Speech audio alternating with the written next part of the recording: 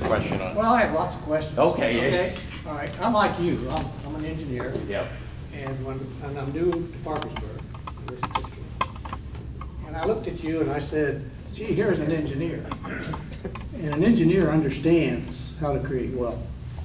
Okay. And then I looked at our Congress, and it's made up of attorneys. And of course, attorneys distribute wealth. So they're by nature socialists. Okay. So I thought, 4 days. Wait a minute. well, fact, right? Yeah. That's fact, okay? So I felt, gee, here's a guy that thinks like I do. And maybe he'll go there and he'll take with him the elements of the Constitution, which is freedom. And that means creating wealth. Because you can't create wealth if you divide it. You have to credit. Can you all hear Bob? Can you hear him? Bob, can you hear him? Okay, all right. So my view is, I don't know who you are, okay? But I've been around probably more years than you have been. And my view of this whole political process is pretty sick.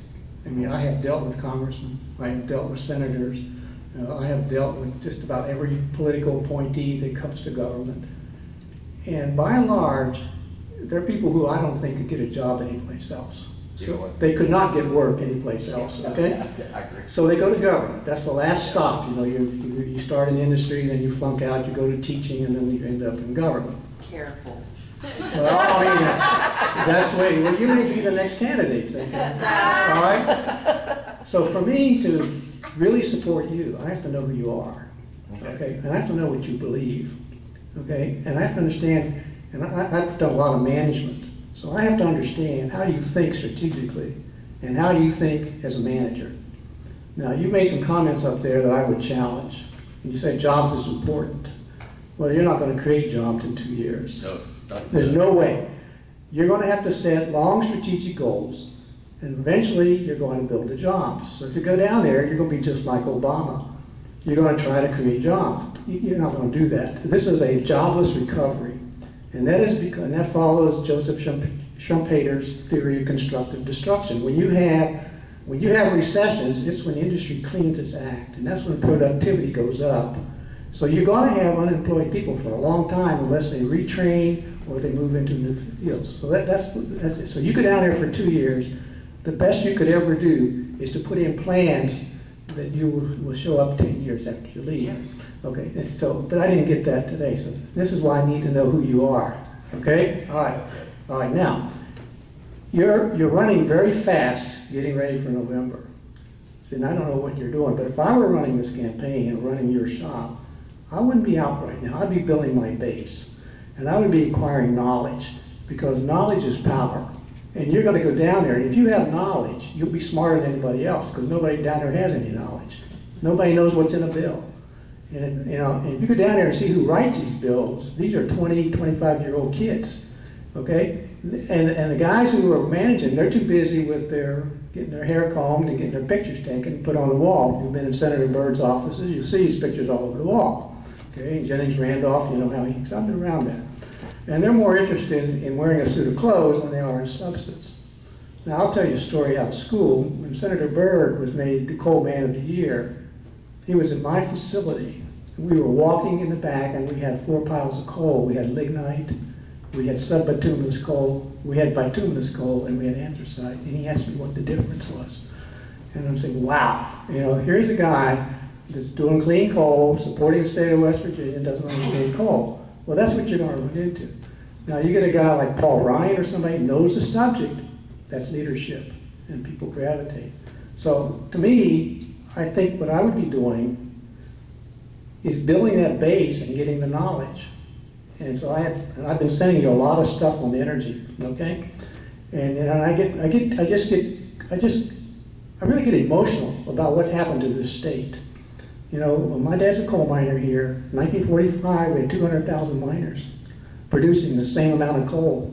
Today, we're producing a little bit more with 30,000 miners. So everybody says, we got to protect the job for the coal miner.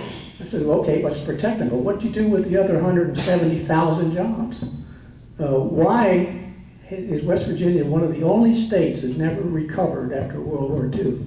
We're sitting here with 1.7 million people versus 2.1 in 1945. Piss poor leadership, okay? So don't take that with you to Washington. So I wrote Joe Manson a letter 5 years ago and told Joe, and I happen to know Joe, why don't you reverse this no-growth policy of the state of West Virginia and allow nuclear power plants to come in here, because coal's finished. You know, we're going to produce coal for the next 30 years. We'll have the same 30,000 miners. We'll never have any more. But we're going to produce, because we're going to have more productivity. Why are you denying this state the opportunity to get the growth for new jobs? Because nuclear is going to be the future. There is no way in the world you're going to escape that fact. And this year, the state legislature took a vote, and that bill was defeated. You know, they did not reverse the ban. And I said, that's worse than Obama. He's telling you what kind of a car to buy. And our government is telling us here what kind of power plants we have to have. What's the difference, okay? So therefore, I like to know who you are, how good you are. You know, and I'll test you back and forth, because I think you work for me when you go down there, rather than I work for you. And then I'd like to hear your point on 4 issues. The health care bill, okay? What do you really think of it? What's the strength, what's the weaknesses? And would you support its repeal and replace? Let's take it one at a time. Well, I'm going to give you all 4 and then we'll come back. Okay? Okay. I want to know what you think about immigration. I know at the Republican Forum, you advocated sending everybody back to Mexico and changing the Constitution. I remember that, and I support that. But I look at West Virginia. West Virginia is pinned by immigrants who came here legally. My folks came here legally, and you know, even all of Ario's folks came legally. What a terrific plus you have by playing that immigration issue and stay away from Virginia. Because everybody here who is a dependent of an illegal gets benefits. My folks never got any. And yet you look at, and I sent you information on the bills and the stuff that goes to the kids and the billions of dollars that's being supported. What a place to reduce the deficit, okay? The other one is your thoughts on how would you bring the budget under control, the deficit. And that's a big one. And the last one is my favorite, is energy policy. And so that's where I come from. Well, I'd like to hear that also. I'd I'd like to hear that also. I think you could, it's obvious it's not going to be here in a 10-minute. No, I understand that, but this is the first of a lot of meetings. Yeah. Oh, yeah. I mean, what I'd like to do with you and here, and I hope I represent the other here, we want to work together. And when this is all done, we want to be better, and we want you to be better. So we're trying to share information back and forth, and we're trying to build our capabilities, because you have a tough job to do. We can help you, and we want to do that. We want you to succeed. Thank you. Okay? Let me answer a little bit in the overview of what he was just saying there.